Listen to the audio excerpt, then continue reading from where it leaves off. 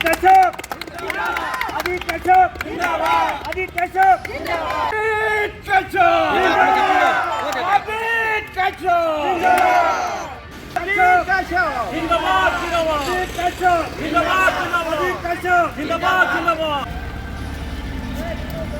মই আহমেদাবাদত হৈ থকা ফাৰ্ষ্ট ৱৰ্ল্ড যোগাসনত পাৰ্টিচিপেট কৰি আহিলোঁ আৰু গ'ল্ড মেডেল পাবলৈ সক্ষম হ'লোঁ।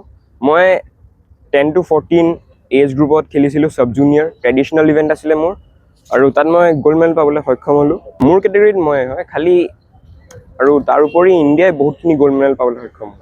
বেষ্ট টীম হ'ল ইণ্ডিয়া, আৰু ইণ্ডিয়াই টোটেল 107 মেডেল পাবলৈ সক্ষম হ'ল। বহুত ভাল লাগিছে, যিহেতু অসমৰ মই প্ৰথম হৈ গৈছোঁ আৰু এজন যোনে ৱৰ্ল্ড যোগাসনত পাৰ্টিচিপেট কৰিলে আৰু মেডেল পাবলৈ সক্ষম হ'ল, সেইকাৰণে বহুত ভাল লাগিছে। ট্ৰেডিশ্যনেলত অকল ময়ে আছিলোঁ। ফাৰ্ষ্টত মই ক্ৰেডিট দিম মা আৰু পাপাক। বহুত কষ্ট কৰিলে আৰু মানে যেনেকাই চিটুৱেশ্যন নহওক মোক সদায় ছাপোৰ্ট কৰিলে। তাৰপিছত আহিলে মোৰ স্কুলেও বহুত মোক ছাপোৰ্ট কৰিলে, আৰু যিয়ে কম্পিটিশ্যন নহওক মোক তাত যাবলৈ উৎসাহ দিয়ে। হাতী ওলায়, তাৰপিছত ৰাস্তাটো বেয়াই, খোজকাঢ়ি যাব লাগে, নেটৱৰ্কৰো বহুত প্ৰব্লেম আছে, আৰু হাতী চাতী ওলায়। মোৰ নেক্সট লক্ষ্য হ'ল যে এই বছৰে কৈছে যে এছিয়ান গেমছ হ'ব যোগাসনৰ, চ' মোৰ তাত পাৰ্টিচিপেট কৰি পেলাই তাতো মেডেল জিকিবলৈ মন আছে। আৰু তাৰ পিছত হ'ব কমনৱেলথ গেমছ, তাতো যোগাসনা স্পৰ্টছ এড হ'ব। মোৰ তাতো চিলেক্ট হৈ পেলাই মেডেল পাবলৈ মই চেষ্টা কৰিম। আৰু 2036ত কৈছে যে অলিম্পিক ইণ্ডিয়াত হ'ব, আৰু তাত যোগাসনা স্পৰ্টছ এড হ'ব, চ' তাতো মোৰ চিলেক্ট হৈ পেলাই মেডেল জিকিবলৈ মন আছে। মই মানে খবৰটো পোৱাৰ লগে লগে মই বহুত আৱেগিক হৈ গৈছিলোঁ।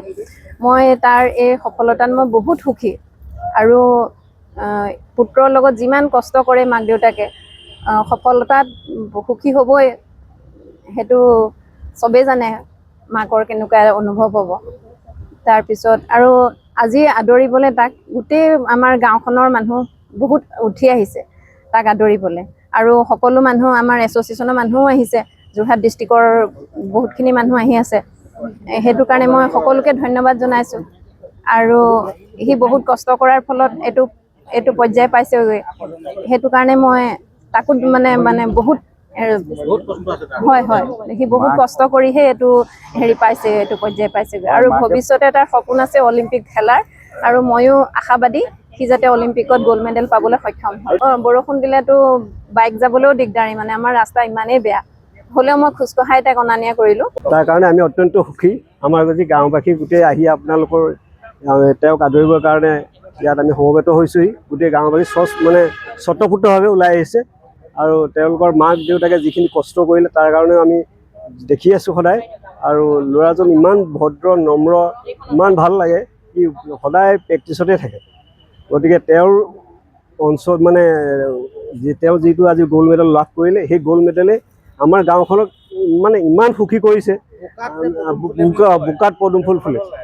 বোকাত পদুম ফুলিছে, আৰু আমাৰ যি ৰাস্তা পদূলি আপোনালোকে দেখিলেই গম পাব, এই ৰাস্তা পদূলিত মাজেৰে আহি এই বোকাত আহি পদুম ফুল ফুলিলে, এই পদুম ফুল যাতে ফুলি থাকে, ভৱিষ্যতলৈ যাতে ফুলি ৰাখে, সেইটোকে আমি কামনা কৰিছোঁ। প্ৰথমতে মোৰ বহুত ভাল লাগিছে। প্ৰথম অৱস্থাত মই উন্নয়ন ছুপাৰ মাৰ্কেটত মোৰ এটা ইনষ্টিটিউট আছিলে, তাত মাকে বহুত দূৰ মেজিক পাবলৈ তেওঁলোকৰ বহুত দূৰ আহিব লাগে। 1 কিলোমিটাৰ 2 কিলোমিটাৰমান খোজকাঢ়িহে তাক অনোৱায়, তাৰপিছত মেজিকত আহে। তাত উন্নয়ন ছুপাৰ মাৰ্কেটত মই 2 বছৰ মই তাক ট্ৰেইনিং দিলোঁ বেছিকখিনি। তাৰপিছত ঘৰলৈ যাবলৈ মোৰ ঘৰ টিয়কৰ পৰা মৰিয়নিলৈ যাবলৈ মোৰ প্ৰব্লেম হয়। মোৰ বাইক নাছিলে তেতিয়া, মোৰ চাইকেল এখন আছিলে। তেতিয়া তেওঁলোকৰ দেউতাকেও বহুত মোক হেল্প কৰিছিল, আৰু বহুত কষ্ট কৰাইছিল। মোক টাউনৰ পৰা তেওঁলোকৰ গাড়ীত লৈ যায়, আৰু ঘৰতো আকৌ থৈ যায়হি। মোৰ ক'বলৈ ভাষা নাই, মোৰ বহুত ভাল লাগিছে। আৰু সি বহুত প্ৰেক্টিছ কৰে, ডেইলি 3 ঘণ্টা 4 ঘণ্টা নিজেও ইউটিউব চাই, আৰু নিজেও মানে বহুত প্ৰেক্টিছ কৰে আৰু ইমানখিনি মানে ৰেগুলাৰ সি প্ৰেক্টিছ কৰাৰ বলত মানে ইমানখিনি হ'ব পাৰিছে বহুত ত্যাগ কষ্ট আছে তেওঁ মেইনলি ৰেগুলাৰ প্ৰেক্টিছ